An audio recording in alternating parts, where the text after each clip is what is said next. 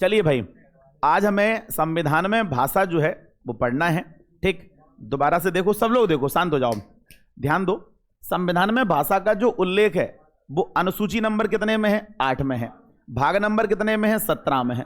और ये जो आर्टिकल हैं वो 343 से 351 तक हैं। टोटल 343 से 351 तक है। अच्छा, संविधान में जो भाषा नाम का जो भाग है उसका नाम है राजभाषा। भाग नंबर जो 17 उसका क्या नाम है? राजभाषा। याद रखना, अनुसूची नंबर 8 में 22 भाषाओं का वर्णन है। कितनी भाषाओं का? जब संविधान बना तब 14 भाषाएं थी उसमें। कितनी भाषाएं थी? 14 भाषाएं थी। फिर एक बड़ी सो 15 हो गई, फिर 3 बड़ी सो 18 हो गई, फिर 4 बड़ी सो 22 हो गए। हम आपको ये बताएंगे कब कब कैसे कैसे भाषा बढ़ी और उनकी ट्रिक भी बताएंगे कि आप इन भाषाओं को कैसे याद कर सकते हो। पेपर में ये क्वेश्चन आता है कि भैया बताओ 15वीं भाषा कौन सी बढ़ी, कौन से संविधान संशोधन के तहत बढ़ी, क्या उसकी सन थी। तो भैया मैं आपको एक एक चीज बताऊंगा, याद करवाऊंगा, उनकी ट्रिकें भी बताऊंगा। ठीक, और प्लस में इनकी भी ट्रिकें बताऊंगा कि इनको कैसे आप याद कर पाओगे। ठीक है, ध्यान से देखो, 343 से लेके 351 तक टोटल मिला के अपन को 9 आर्टिकल पढ़ना है। कितने? 9। इन 9 आर्टिकल को 4 अध्याय में बांटा अपन ने। अध्याय 1, अध्याय 2, अध्याय 3, अध्याय। मैं इनकी भी ट्रिक बता रहा हूं, अब अध्याय कैसे याद करोगे। सबसे पहले आप पढ़ोगे संघ की भाषा। सबसे बड़ा क्या है? केंद्र सरकार अपने यहाँ। तो सबसे पहले क्या पढ़ेंगे? संघ। संघ से छोटा क्या है? राज्य। तो पढ़ेंगे अपन राज्य की भाषाएं। फिर संघ और राज्य से फ्री हो जाएंगे तो क्या पढ़ेंगे? कानून की भाषा। सुप्रीम कोर्ट, हाई कोर्ट, विधानमंडल, संसद आदि की भाषा इसमें पढ़ेंगे। तो पहले अपन ने क्या पढ़ेंगे? पहले अध्याय में संघ की भाषा, दूसरे में राज्य की भाषा, तीसरे में कानून की भाषा और चौथे में विशेष निर्देश। भाषा से रिलेटेड जो भी विशेष निर्देश हैं वो अपन आर्टिकल 350, 351 पढ़ेंगे। अब ध्यान देना, अध्याय कितने हैं? हर अध्याय में 2-2 आर्टिकल हैं। 2, 2, 2, 2, 2 चौके। बस एक अध्याय ऐसा है जिसमें 3 आर्टिकल है, तो 8 और 1 मिला के कितने हो जाएंगे? 9। अब आप याद कैसे करोगे कौन से अध्याय में कि 3 आर्टिकल हैं? तो देखो, सभी अध्याय में 2-2 हैं, लेकिन दूसरे में 2 नहीं है। क्या कहा मैंने? सभी अध्यायों में 2-2 आर्टिकल हैं, लेकिन दूसरे अध्याय में 2 नहीं है। कितने हैं? 3 हैं। दूसरे अध्याय में कितने हैं? देखो ये लिखे हैं, पूरे आर्टिकल पढ़ो। 43, 44, 45, 46, 47। यहां कितने आर्टिकल हैं? 3। यहां 2 हैं, यहां 2 हैं। ठीक है, तो याद करने के लिए मैंने बता दिया, सब में 2-2 हैं, लेकिन दूसरे में 3 हैं। याद हो जाएंगे। अब आप गिनती कैसे करोगे? 43 से 51 तक हैं, तो 43, 44, 45, 46, 47, 48, 49, 50। क्या बोलो, इतना क्लियर हो गया? अब मैं आपको यह बता रहा हूं कि इन आर्टिकलों में क्या क्या लिखा है, कैसे कैसे इनमें काम दिया, कौन सा आर्टिकल बहुत इंपॉर्टेंट है जो आपको याद करना ही करना है। ध्यान दो बेटा, सबसे पहला है संघ की राजभाषा। संघ की राजभाषा में आर्टिकल 343 में 2 पॉइंट हैं। पहला पॉइंट है कि जो संघ की भाषा होगी वो हिंदी होगी एवं लिपि क्या होगी? देवनागरी। सबसे पहली बात तो याद रखना कि जब हमारा संविधान बना तो उन्होंने ये कहा कि राजभाषा जो होगी वो क्या होगी? हिंदी होगी। राजभाषा क्या होगी? हिंदी होगी। एवं उसकी जो लिपि होगी वो कौन सी होगी? देवनागरी लिपि के बारे में मैं पहले भी बता चुका हूं। नागर ब्राह्मण गुजरात के थे, उन लोगों ने नागरी लिपि बनाई थी, उसमें देव शब्द जुड़ गया था, तो क्या बना था? देव। बहुत बढ़िया, इतना याद रखना। अब आ जाओ, संविधान के प्रारंभ से 15 वर्षों की अवधि तक अंग्रेजी का प्रयोग होता। ये 2 पॉइंट इसमें लिखे हैं कि 343 में 2 बातें कही हैं। पहली बात उन्होंने ये कही कि जो राजभाषा है वो हिंदी होगी और लिपि देवनागरी होगी, और ये सिस्टम जो है अपना। दूसरी बात उन्होंने ये कही कि अंग्रेजी को प्रयोग अपन 15 साल तक करते रहेंगे, उसके बाद अंग्रेजी को खत्म कर लेंगे। लेकिन अंग्रेजी खत्म नहीं हुई, आज भी अंग्रेजी का प्रयोग कंटिन्यू जारी है। ठीक है, अब बात करते हैं आर्टिकल 344। अच्छा, भारत में एक अच्छी चीज ये है, यहां देखो,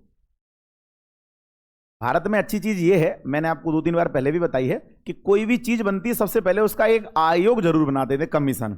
ठीक है, हर चीज का आयोग मिलेगा आपको। महिला आयोग, पिछड़ा वर्ग आयोग, अनुसूचित जाति आयोग, अनुसूचित जनजाति आयोग, है ना। जितने भी आप कुछ भी चीज पढ़ोगे, बाल संरक्षण आयोग, हर चीज का आयोग मिलेगा। तो भैया भाषा बनी तो फिर भाषा का भी आयोग बनेगा। तो जैसे ही राजभाषा बनी तो 44 में लिख दिया उन्होंने राजभाषा आयोग।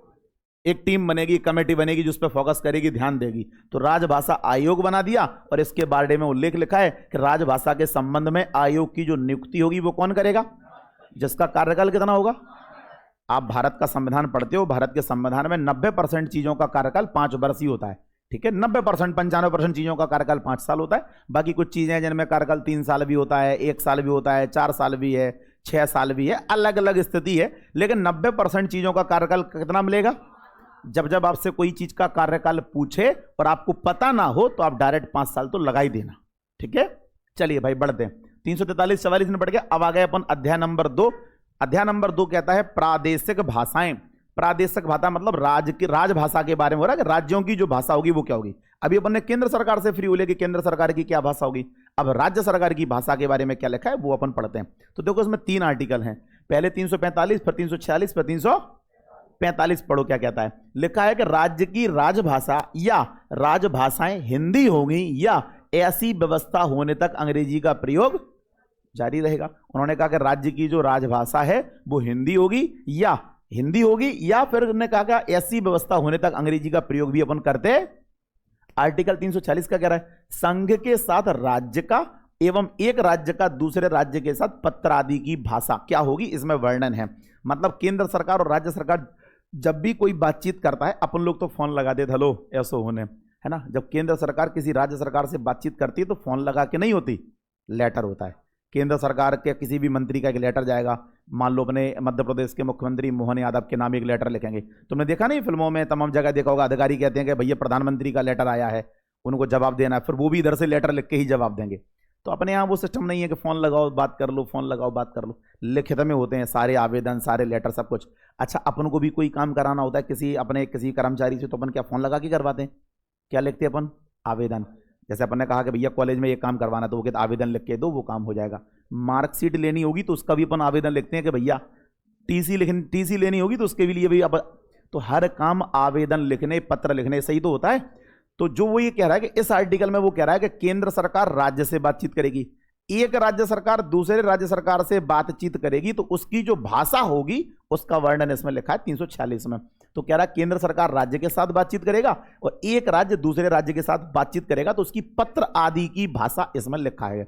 आर्टिकल 346 में लिखा है कि भैया एक केंद्र सरकार किसी राज्य से बातचीत कर सकता है या एक राज्य दूसरे राज्य से। जैसे मान के चलो हमारे प्रदेश के मुख्यमंत्री मोहन यादव हैं और इनको उत्तर प्रदेश के मुख्यमंत्री योगी आदित्यनाथ से कुछ काम है या उनको अपने से कुछ काम है, अपने को उनसे कुछ काम है, तो जो भाषा होगी वो काय में लिखा जाएगा, पत्र के द्वारा लिखा जाएगा, उसकी भाषा का वर्णन इसमें है।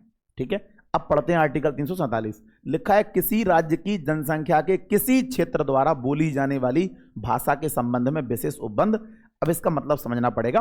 कोई एक बहुत बड़ा राज्य है, उस राज्य में कोई एक छोटे से क्षेत्र में एक कोई कम्युनिटी रहती है, उस कम्युनिटी के द्वारा जो बोली जाने वाली भाषा है उसके लिए सरकार क्या उपबंध करेगी, क्या नियम करेगी, उसमें इसमें वर्णन है। जैसे मैं एग्जाम्पल देता हूं, मध्य प्रदेश के जो झाबुआ है, झाबुआ क्षेत्र है, धार झाबुआ क्षेत्र, वहां एक जनजाति रहती है भील। क्या नाम बताया मैंने? तो वो एक छोटे से क्षेत्र में रहने वाली जनजाति है ना, तो उसकी भाषा क्या होगी, उसके लिए शिक्षा का प्रावधान क्या रहेगा, उसको कैसे डील करना है, इसके जो नियम होंगे, जो उपबंध होंगे, वो इसमें लिखे हैं। किसी राज्य की जनसंख्या के किसी क्षेत्र द्वारा बोली जाने वाली भाषा के संबंध में विशेष 3 आर्टिकल बताए, 45, 46, 47। एक बार रिवीजन करो। 45 में क्या पढ़ा अपन ने? क्या राज्य की राजभाषा हिंदी होगी, है ना, या फिर व्यवस्था होने तक अंग्रेजी। 46 में अपन ने क्या पढ़ा? केंद्र सरकार राज्य से बात करे या एक राज्य दूसरे राज्य से बात करे, तो जो पत्र आदि की जो भाषा होगी उसका उल्लेख 346 में है। 347 ये कहता है कि किसी राज्य के किसी एक छोटे से क्षेत्र में जो कुछ लोग रह रहे हैं, जनसंख्या रह रही है, कोई एक अलग वर्ग के लोग रह रहे हैं, उनके द्वारा बोली जाने वाली जो भाषा होगी उसके लिए सरकार एक नियम लगाएगी, उपबंध बनाएगी, कुछ नियम उनके लिए लागू करेगी। ठीक है, तो ये आर्टिकल 347 में है। अब बात करते हैं सुप्रीम कोर्ट, हाई कोर्ट, अध्याय नंबर 3। यहां केवल सुप्रीम कोर्ट, हाई कोर्ट ना कहा जाए, यहां आप ये भी कह सकते हो कि सुप्रीम कोर्ट, है ना, हाई कोर्ट। तीसरा है विधानमंडल। विधानमंडल जानते हो? अपने यहाँ जो विधानसभा है ना, विधानसभा, तो विधानसभा में कोई भी नियम कानून पारित हो रहा है तो वो भी इसके अंदर आएगा।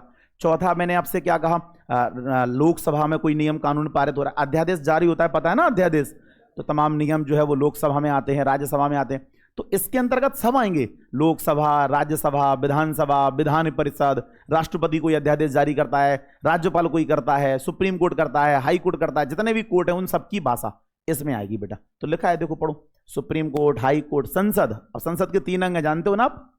संसद के 3 अंग जानते हो कि नहीं? लोकसभा, राज्यसभा, राष्ट्रपति। राज्य विधानमंडल में विधेयक पारित करना हो, अधिनियम लागू करना हो आदि के लिए प्रयोग की जाने वाली भाषा हिंदी होगी या ऐसे उपबंधक क्या बनी रहेगी? अंग्रेजी। वो ये कह रहा है कि इन चीजों में जो भाषा होगी वो क्या होगी बेटा?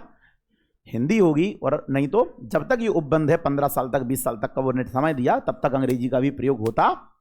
लेकिन अंग्रेजी हटी नहीं है, अपने जड़ों में अंग्रेजी व्याप्त है और वो अंग्रेजी हटने वाली नहीं है। ठीक है, चलिए भाई बढ़ते हैं। 349 में लिखा कि भाषा से संबंधित कुछ विधियां हैं, उनको अधिनियमित करने की प्रक्रिया। भाषा से संबंधित कुछ विधियां हैं, कुछ उन्हें नियम बनाए हैं, नियम को अधिनियमित करने की प्रक्रिया। अच्छा एक बात बताओ, क्या आप लोग जानते हो कि नियम और अधिनियम में क्या अंतर है? जी बताएं।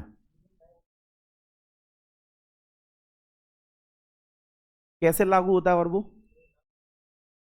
केवल राष्ट्रपति के द्वारा?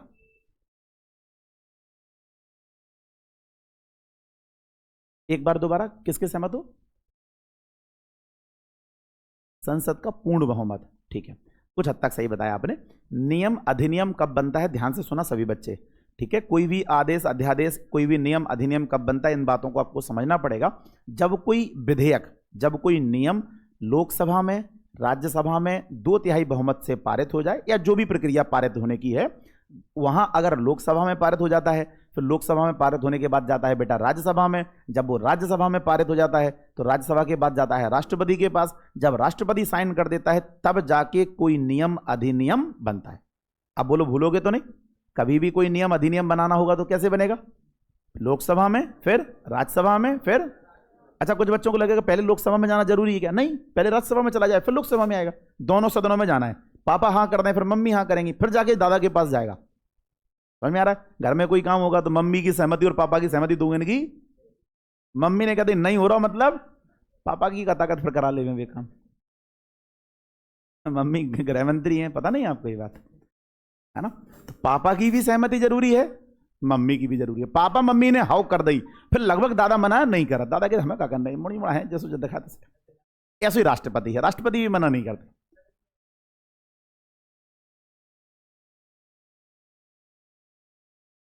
बहुमत भी 3 प्रकार के हैं। सामान्य बहुमत होता है, 2/3 बहुमत होता है, अलग अलग प्रकार के। देखो संविधान जब आप डिटेल में पढ़ोगे तो उसमें आपको बहुत चीजें मिलेंगी। मैं तो बस यहाँ एक सामान्य सी प्रक्रिया समझा रहा हूँ कि ऐसा ऐसा होता है। भाई अगर किसी भी नियम को अधिनियम बनना है तो लोकसभा में पारित होना पड़ेगा, है ना? राज्यसभा में पारित होना पड़ेगा। लोकसभा और राज्यसभा से पारित हो गया तो कहां जाएगा? वही है जो मैंने प्रक्रिया अभी बताई, मम्मी और पापा और दादा। दादा बड़े शांत आदमी है, दादा को बनाए दादा ऐसे हैं कि बे दादा को भी पता है कि शांति से रह लो तो मुड़ी मुड़ो ठीक रह लो। ठीक है, नहीं आजकल तुम देख तो रहे कि दादा और दादी को मोड़ा 5 भैया हैं या 3 भैया हैं, सुबह के 1 महीना हमारे पास रहेंगे दादा दादी, 1 महीना उनके पास रहेंगे, 1 महीना उनके पास रहेंगे। तो दादा दादी को भी पता है कि मम्मी पापा की बात मानते रहो, जो भी कह रहा है वहां हाउ करते रहो तो ठीक बने रहे। तो वही राष्ट्रपति को है कि प्रधानमंत्री ने जो कह दी वही होना है, उसी में सार है कि उनकी बात मानते चलो। उन्होंने कहा कि हाँ ठीक है, हाँ हो जाएगा हो जाएगा, साइन करो खत्म करो। ठीक, क्योंकि राष्ट्रपति बनता ही अपने यहां जो है वो, अपन बोलते हैं कि भारत का प्रथम नागरिक राष्ट्रपति है, राष्ट्रपति के पास पूरी पावर है, लेकिन राष्ट्रपति को बनाता कौन है? प्रधानमंत्री। और प्रधानमंत्री के साथ बहुत सारे लोग वोट देते हैं, विधायक सांसद जितने भी जनप्रतिनिधि होते हैं वो सब लगभग वोट देते हैं। लेकिन राष्ट्रपति पद का जो उम्मीदवार है वो खड़ा होता जो है वो किसी एक पार्टी का होता है। एक राष्ट्रपति बीजेपी का खड़ा होता है, एक राष्ट्रपति कांग्रेस वाले खड़े करते हैं, मिलजुल कर सारे लोग। फिर सुनना मेरी बात, जब वो राष्ट्रपति बन जाता है फिर वो किसी पार्टी का नहीं है। याद रखना ये बात, पार्टी का वो तब तक है जब तक वो चुनाव लड़ रहा है कि भैया इनको बीजेपी वालों ने खड़ा किया है, इनको कांग्रेस वालों ने खड़ा किया। जिस दिन वो राष्ट्रपति बन गया फिर आप ये नहीं कहोगे कि राष्ट्रपति बीजेपी का है। प्रधानमंत्री तो कह सकते हो कि प्रधानमंत्री बीजेपी का, लेकिन राष्ट्रपति बीजेपी का ऐसा नहीं कहा जाता है। राष्ट्रपति देश का प्रथम नागरिक है, वो सबके लिए है। ठीक है भाई, चलो इतनी मैंने बातें बता दी। नियम अधिनियम याद रखना, तो इसमें यही लिखा है 349 में कि भाषा से संबंधित जो कुछ नियम है, कुछ विधियां हैं, उनको अधिनियमित करने की प्रक्रिया है वो 349 में लिखी है। आ जाओ बेटा, अध्याय नंबर 4 पढ़ते हैं। अध्याय नंबर 4 में लिखा है विशेष निर्देश। और इस विशेष निर्देश में देखो बताऊं, कुछ आर्टिकल ऐसे जो इंपोर्टेंट नहीं है, जैसे 349 इंपोर्टेंट नहीं है, 340 इतना ज्यादा इंपोर्टेंट नहीं है, है ना? कुछ बहुत ज्यादा इंपोर्टेंट नहीं है, लेकिन कुछ बहुत इंपोर्टेंट है, जिसमें 351 बहुत ज्यादा इंपोर्टेंट है। 50 को भी पढ़ लो, 51 भी पढ़ाता हूं। 50 पढ़ो पहले। 50 में लिखा है कि भाषाई अल्पसंख्यक वर्गों के लिए प्राथमिक स्तर तक मातृभाषा में शिक्षा देना। ठीक, इसका क्या मतलब है पहले वो समझो। उसने ये कहा भाषाई अल्पसंख्यक, अल्पसंख्यक मतलब होता है कि ऐसे लोग जिनकी संख्या कम है और वो भाषा के आधार पर है। मान के चलो कि मैंने कहा ना भील जनजाति है, तो भील जनजाति के लोग भीली भाषा बोलते हैं। अब भीली भाषा बोलने वाले कितने लोग होंगे? क्या करोड़ों, 2 करोड़, 5 करोड़ लोग होंगे क्या? नहीं, थोड़े से होंगे, 2-5 लाख लोग। तो उन लोगों को, उनके बच्चों को जो शिक्षा देनी है, आ जाओ बेटा सब आ जाओ, उनके बच्चों को जो शिक्षा देनी है वो किस भाषा में शिक्षा दी जाएगी, इसके बारे में उल्लेख है। तो बेटा वो ये कह रहा है कि भाषाई अल्पसंख्यक वर्गों के लिए प्राथमिक स्तर तक, प्राथमिक स्तर मतलब क्या होता है? कक्षा 5वीं तक, कक्षा 5वीं तक की जो शिक्षा दी जाएगी वो काय में दी जाएगी? उनकी मातृभाषा में। मतलब इसका कहने का ये है कि अगर कोई भीली जनजाति का बच्चा है, अगर कोई कोरकू जनजाति का बच्चा है, अगर कोई गौड़ जनजाति का बच्चा है, तो उसको कक्षा 5 तक की जो शिक्षा दो वो उसकी भाषा में दो, उसकी मम्मी की भाषा में दो। मतलब भीली वाला है तो भीली में भाषा में शिक्षा दो, कक्षा 5 तक भीली में शिक्षा दो, 5 के बाद जब वो बड़ा हो जाए तो उसको ऑप्शनल में हिंदी, इंग्लिश, अन्य भाषाएं भी सिखाओ। लेकिन एक बात सोच के देखो, जरा शांति से सोचो कि जहां भीली परिवार लोग रहते होंगे, जहां भीली जनजाति के लोग रहते होंगे, वो उनके घर बार सब लोग भीली भाषा बोल रहे हैं, और आप सोच रहे हो कि बच्चे को हम हिंदी सिखा दें। क्या ये पॉसिबल है? बच्चा वही सीखता है। अच्छा एक बात बताओ, अपन लोगों ने की मोड़ी मोड़ा हिंदी अपने आप सीख जाता, अपन ने सिखाऊ तो नहीं है। विदेशी बच्चों, अंग्रेजों के जो बच्चे होते हैं उनको इंग्लिश अपने आप आ जाती है। क्या उनको इंग्लिश सिखाई जाती है? अच्छा वो इंग्लिश कैसे सीख जाते हैं और अपना बच्चा हिंदी कैसे सीख जाता है? क्योंकि वो बच्चा अपने घर की सारी बातें सुनता है। उसे कहते हैं बेटा गेट लगा दो, चप्पल उठा ले और चप्पल। अब जब उसने सुनी ही चप्पल है तो वो क्यों कहेगा स्लीपर? जब तुमने उसे ये कहा ना कि चप्पल पहन लो, चप्पल उठा लो, डंडा ले लो, जो डंडा है, जो गद्दा है, जो बोर्ड है, तो अब जब उसको हिंदी सिखाएंगे तो वो हिंदी तो सीखेगा। अंग्रेजों के बच्चे अंग्रेजी सीखते हैं, समझ में आ रहा है? तो अब ध्यान से सुनो, भीली जनजाति का बच्चा जो है वो सीखेगा क्या? भीली। अब आप उसको शिक्षा देना चाह रहे हो हिंदी में, क्या ये पॉसिबल है? तो उसने यही तो कहा, संविधान ये कह रहा है कि कक्षा 5 तक छोटे छोटे बच्चों को जो शिक्षा दो वो काय में दो बेटा? उनकी मातृभाषा में दो। और दूसरा पॉइंट क्या लगा है कि आप उन्हें मातृभाषा में शिक्षा दो और इसकी व्यवस्था के लिए एक अधिकारी बनाया जाएगा। इसमें लिखा है, देखो, भाषाई अल्पसंख्यक वर्गों के लिए विशेष अधिकारी की नियुक्ति कौन करेगा? यहां पर ने राष्ट्रपति का उल्लेख 2 बार पढ़ लिया। एक तो आयोग की नियुक्ति राष्ट्रपति करेगा और एक विशेष अधिकारी की नियुक्ति कौन करेगा? याद रखना। तो इसमें 350 में भाषाई अल्पसंख्यक वर्गों के बारे में लिखा है कि भाषाई अल्पसंख्यक वर्गों के लिए क्या करना है कि उन्हें जो शिक्षा देनी है, प्राथमिक स्तर की शिक्षा देनी है, वो मातृभाषा में देनी होगी। और इसकी व्यवस्था को लिए देख रेख के लिए, है ना, वहां जाने आने के लिए एक अधिकारी होगा, उसकी नियुक्ति कौन करेगा? बहुत बढ़िया। Last article very very very very important, 50 बार एग्जाम में आ गया कि बताओ भैया आर्टिकल 351 क्या कहता है? तो 351 में लिखा है हिंदी के विकास के लिए विशेष निर्देश। पूरा नहीं लिखा, हिंदी के विकास के लिए विशेष, मतलब आर्टिकल 351 एक ऐसा है ये वाला, और एक शुरू में अपन ने पढ़ा था कि जो संघ की राजभाषा होगी वो हिंदी होगी और लिपि देवनागरी। आर्टिकल 343 से क्वेश्चन आते हैं और आर्टिकल 351 से क्वेश्चन आते हैं। ये 2 आर्टिकल पे तो आप 10-15 स्टार लगा के चलना ही चलना। बाकी बीच की आप पढ़ लेना, वो एक अलग कंडीशन है, लेकिन इन पर ज्यादा लगा लेना, ठीक है। अब बात करते हैं अनुसूची नंबर 8। इसको और पढ़ लो तो ये खत्म हो जाएगी भाषा। 8वीं अनुसूची में संविधान द्वारा 22 भाषाओं का उल्लेख है। इस अनुसूची में प्रारंभ में कितनी भाषाएं थी? पहले 14 भाषाएं पढ़ो।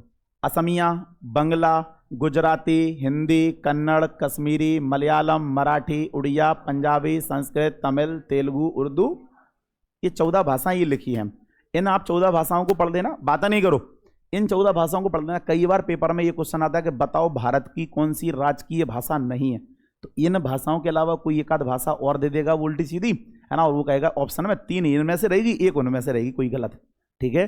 हाँ, तो आपको ये ध्यान रखना है, ये भूलना नहीं है बिल्कुल, ठीक। तो आप ये जो हमारी 22 भाषाएं हैं इनको आप ढंग से पढ़ लो। मैं एक बार फिर बोल रहा हूँ, असमिया, बंगला, गुजराती, हिंदी, कन्नड़, कश्मीरी, मलयालम, मराठी, उड़िया, पंजाबी, संस्कृत, तमिल, तेलुगु, और बाकी की ये लिखी है सिंधी, कोंकणी, मणिपुरी, नेपाली, डोंगरी, बोडो, मैथिली, ये 22 भाषाएं हैं।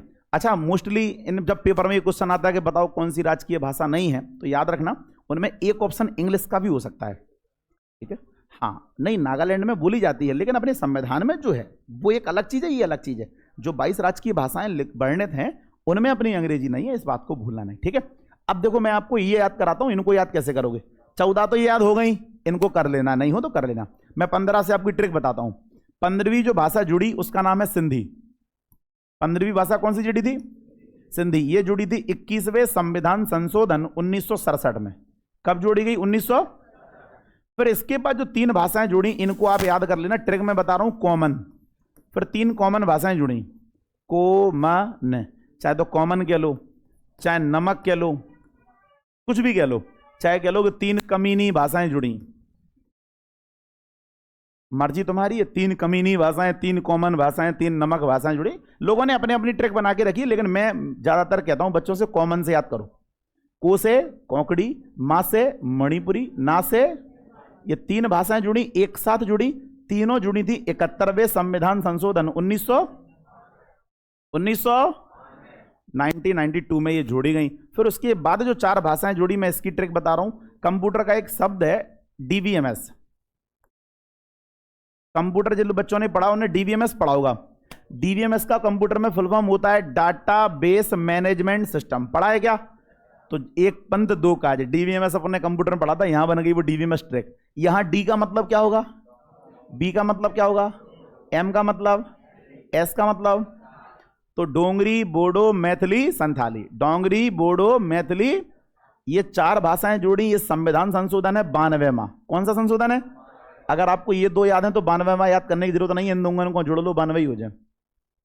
21 और 71 तो 92वां, 21 और 71 92 नहीं होंगे? सही तो कह रहा हूं मैं? 21 और 71 92 होंगे। 92वां संविधान संशोधन और सन याद रखना 2003, सन 2000।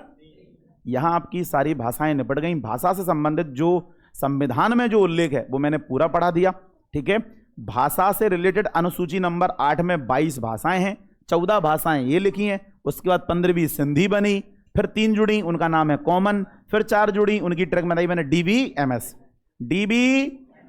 डीवीएमएस भूलना नहीं, डीवीएमएस डोंगरी, बोडो, मैथिली, संथाली।